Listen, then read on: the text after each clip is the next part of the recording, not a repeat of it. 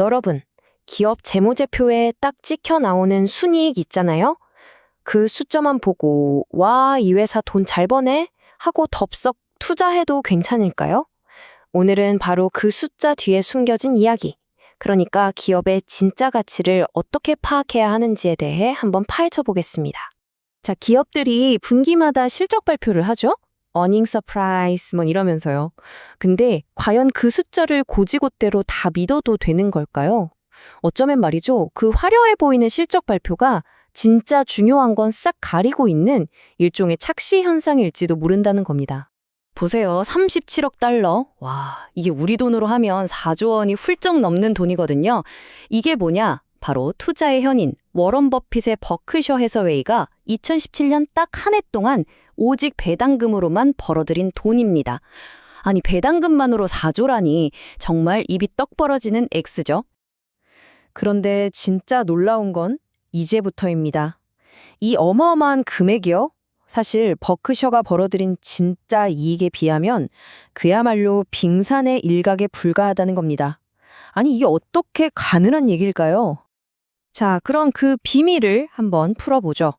우선 우리가 왜 이 보이는 숫자에 속으면 안 되는지 그 함정부터 한번 살펴보겠습니다.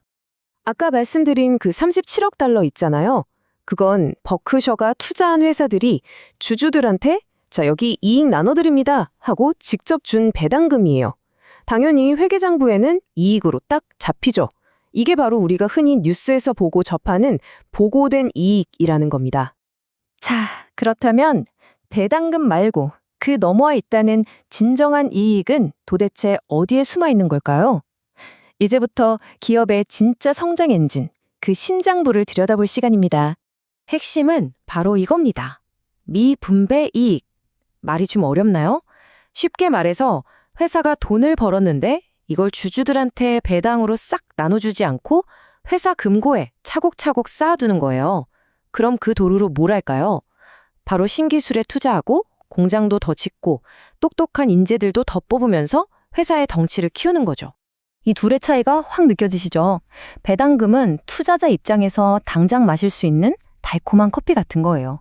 현금을 바로 손에 쥐니까요. 반면에 미분배 이익은 이건 당장 먹을 순 없지만 땅에 심어서 잘 키우면 나중에 엄청난 열매를 맺게 될 씨앗이라고 할 수 있습니다. 지금 당장은 눈에 보이지 않지만 장기적으로는 비교도 안 될 만큼 큰 가치를 만들어낼 잠재력을 품고 있는 거죠. 그리고 바로 이게 버크셔 해서웨이가 수십 년 동안 철석같이 지켜온 원칙입니다. 생각해보세요. 회사가 그 씨앗 같은 돈으로 계속 성장하면 회사의 가치가 올라가겠죠? 그럼 당연히 주가도 따라 오릅니다. 그럼 투자자는 나중에 주식을 팔 때 처음 샀을 때보다 훨씬 비싼 값에 팔 수 있게 되고 거기서 남는 차익, 이걸 바로 자본이득이라고 부르는 거예요. 이게 바로 배당금 말고 우리가 기다렸던 진짜 숨겨진 과실인 셈이죠. 그런데 한 가지 궁금한 게 생기죠. 아니, 이렇게 재투자를 잘해서 쑥쑥 크는 회사가 있으면 시장이 바로바로 알아보고 주가를 팍팍 올려줘야 하는 거 아닌가요? 왜 그렇지 못할까요? 자, 아주 유명한 비유가 있는데 이걸 들으면 아하 하고 무릎을 탁 치실 겁니다. 단기적으로 봤을 때 주식시장은요, 그냥 인기 투표소나 다름없어요. 온갖 뜬 소문이나 사람들의 불안감, 기대감 같은 감정에 따라서 주가가 막 널뛰기를 하죠. 하지만 시간을 길게 놓고 보면 시장은 결국 기업의 진짜 실력, 그러니까 그 내재 가치를 정확하게 재는 저울이 됩니다. 꼼짝 못하죠. 바로 가치 투자의 아버지라고 불리는 벤저민 그레엄이 남긴 정말 유명한 말이죠. 이 말의 뜻이 뭘까요? 하루하루 주가 오르내리는 거에 기뻐하고 슬퍼하지 말고 길게 보고 그 기업이 가진 진짜 무게, 그 저울의 눈금에만 집중하라는 아주 깊은 통찰이 담겨 있는 겁니다. 하지만 문제가 있습니다. 시장이 결국엔 저울이 된다는 건 알겠는데 그 저울의 시간이 오기까지 우리는 인기 투표소의 엄청난 광풍을 견뎌내야만 합니다. 그리고 그 바람, 정말 상상 이상으로 거셀 때가 많습니다. 지난 50년 넘게 꾸준히, 정말 꾸준히 가치를 불려온 투자에 살아있는 전설 버크셔 해서웨이요. 이 회사조차 예외는 아니었습니다. 역사에 남을 만한 끔찍한 주가 폭락을 무려 4번이나 겪었거든요. 이 표를 한번 보세요. 와, 1973년에는 주가가 거의 60% 가까이 폭락했고요. 우리에게도 익숙한 2008년 금융위기 때도 정확히 반토막이 났습니다. 그런데 여기서 진짜 중요한 게 뭔지 아세요? 이렇게 주가가 박살이 나는 동안에도 버크셔의 진짜 가치, 즉 내재 가치는 계속해서 성장하고 있었다는 사실입니다. 한마디로 시장의 공포가 회사의 펀더멘탈을 완전히 무시해버렸던 거죠. 가장 심했을 때가 무려 마이너스 59.1%. 여러분, 한번 상상해보세요. 내가 가진 돈이 순식간에 60% 가까이 그냥 증발해버리는 겁니다. 이런 상황에서 과연 이성적인 판단을 내릴 수 있는 사람이 몇이나 될까요? 정말 끔찍한 공포의 순간이죠. 바로 이 지점에서 워런 버핏이 정말 입이 닳도록 경고하는 게 있습니다. 주식 투자할 때 절대로 빚내서 하지 말라는 겁니다. 왜냐고요?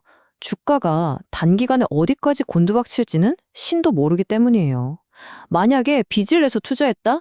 그럼 이런 폭락상에서는 그냥 속수무책으로 당할 수밖에 없는 겁니다. 하지만 역설적이게도 바로 이 공포가 극에 달한 순간이 누군가에겐 모든 걸 잃는 최악의 위기이지만 또 다른 누군가에겐 모든 것을 얻을 수 있는 최고의 기회가 됩니다. 네, 바로 이겁니다. 빚 없이 내 여유 자금으로 투자한 사람한테는요, 시장 붕괴는 더 이상 공포가 아니에요. 오히려 평소에는 비싸서 쳐다보지도 못했던 초우량 기업의 주식을 말도 안 되는 헐값에 주워 담을 수 있는 그야말로 일생일대의 기회가 되는 거죠. 이런 순간이 오면 저는 늘 러디어드 키플링의 만일, if라는 시의 한 구절이 떠오릅니다. 시장 전체가 공포에 질려 있을 때 우리가 어떤 마음가짐을 가져야 하는지 정말 잘 보여주거든요. 네, 묵묵히 기다릴 줄 알고 감정적인 생각에 휘둘리지 않는 것. 이것이야말로 폭락이라는 절체절명의 위기를 일생일대의 기회로 바꾸는 가장 중요한 열쇠일 겁니다. 결국 가장 중요한 건 이겁니다.